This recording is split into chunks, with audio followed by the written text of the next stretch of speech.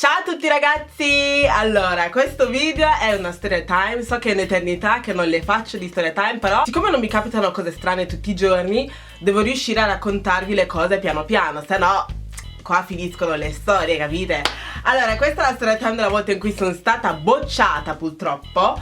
Ero in prima superiore e... no, in prima o in seconda? Ero in seconda, ero in prima. Ok, o ero in prima o in seconda superiore. Facevo il liceo d'arte. Allora, se una materia non mi prende, o se comunque appunto non mi interessa, faccio fatica a studiare, non riesco a studiare perché mi annoia, ok? Perciò ho sempre avuto problemi a scuola se c'erano delle materie che non mi andavano a genio. E in quel periodo la materia che odiavo di più era storia. E ragazzi, non prendetela male, nel senso, so che la storia è una delle materie più importanti perché è necessario sapere come siamo arrivati nella società in cui viviamo oggi, ed è soprattutto importante per non commettere gli stessi errori. È verissimo ragazzi, però in ogni caso la storia non mi piaceva, non potevo farci niente, mi annoiava, non so se era la prof, sinceramente non darei la colpa alla prof perché quella prof era brava. E sì, non mi davo da fare, studiavo sempre all'ultimo, capite? Non è che studiavo, magari ripassavo un po' tutti i giorni oppure una volta ogni tanto. No, se c'era una verifica, invece di studiare ad esempio, che so io, iniziare a studiare una settimana prima, iniziavo a studiare tipo due giorni prima per esempio. E sì, mi ha fregato quella cosa. Prendevo sempre magari 6, 5, 6, 5.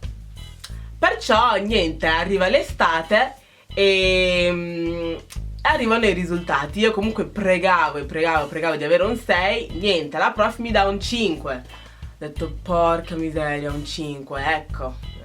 A parte il fatto che quando sono tornata a casa e ho detto a mia madre che sono stata rimandata, mi ha fatto una romanzina infinita su come non studio, su come devo darmi da fare. Le dissi, mamma dai, stai calma, cioè è solo una materia, non è niente, tanto in agosto c'è l'esame, lo passo, cioè è facile, no? Ragazzi, io me la tiravo, capite? Dopo qualche giorno vado a scuola e vado a ritirare il foglio. Sapete quando vi danno il foglio con magari gli argomenti trattati che saranno appunto messi nell'esame? Mi ritrovo con un blocco di fogli e ragazzi, la prof di storia ci ha dato l'intero libro. Era spesso tipo così, vi posso dire, no, così tipo, aveva tipo 100, credo 200 pagine, una cosa del genere. Ma ragazzi, tutto il libro. Mi sono detta, guarda, chi se ne frego, ho 3 mesi d'estate, mi impegno, studio, mi do da fare, devo passare questo esame. Perciò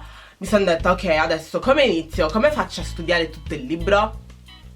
Inizi dalla prima pagina, così ho pensato, no?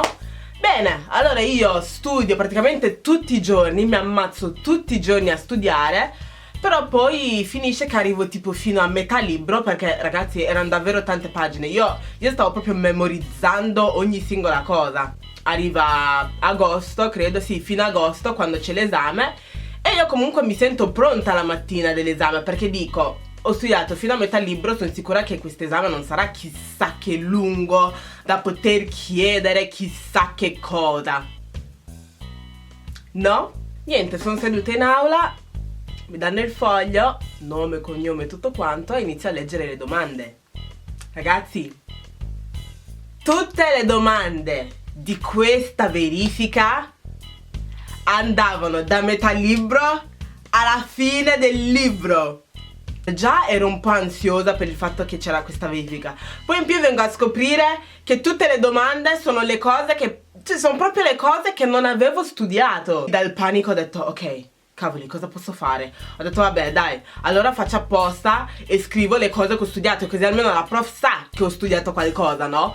Vabbè, giro la pagina, invece di rispondere alle domande scrivo proprio un papiro su tutte le cose che ho studiato e lo restituisco alla prof con la speranza che almeno capisca che ho studiato qualcosa, non sono venuta così senza studiare. Sono convinta del fatto che la prof mi avrebbe promossa, capito? Mi avrebbe promossa per aver studiato dalla prima pagina a metà libro.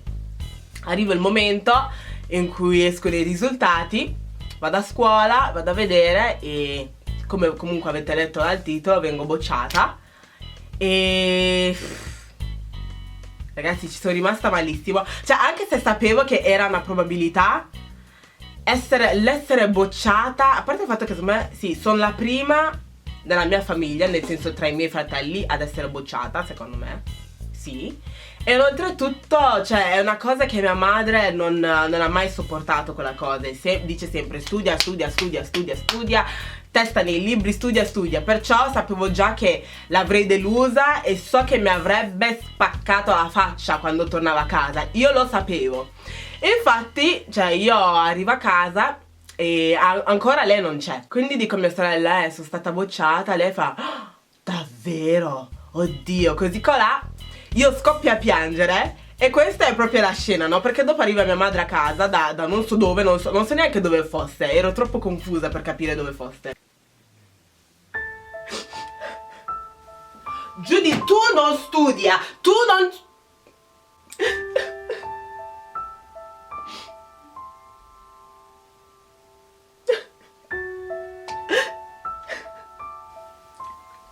Non piangi, non piangi. Ah? Ok, non piangi.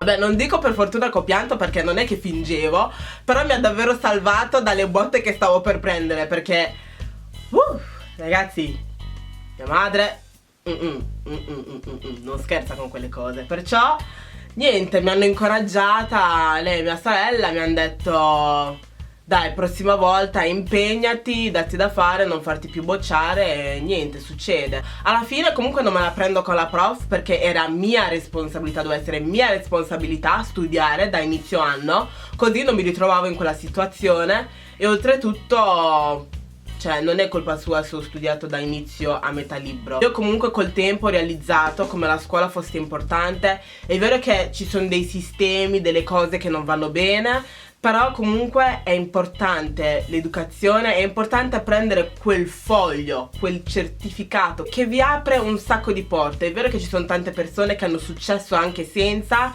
però davvero quel foglio fa una gran differenza. Comunque, come sempre alla fine di ogni video è tempo dei saluti!